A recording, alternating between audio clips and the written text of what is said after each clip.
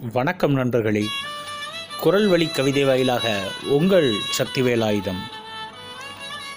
விட்டுவிடு விட்டுவிடு என்றாய், கடைசியாய் ஒரு முறை தொட்டுவிட்டு விட்டு விடுகிறேன் என்றேன். தொட்டு பார்த்தேன், தொட்டதும் விட முடியவில்லை. எப்படி சொல்வேன் அவளிடம் என்றே யோசித்து நின்றேன். விட்டுவிடவே வேண்டுமா என்றேன். கோபித்து கொண்டவள், என்னை தொட்டு பேசியவள் தொலைவில் போனாள், தொலைந்தே போனாள். இப்போது தேடிக்கொண்டிருக்கிறேன் அவளை. என்னை தொட்டவள் விட்டு விட்டு போனாள். நான் தொட்டது என்னை விட்டு விட்டு போக மறுக்கிறதே என்கிற வருத்தத்தில், கோபத்தில் என்னை விட்டு போ என்று விரட்டினேன்.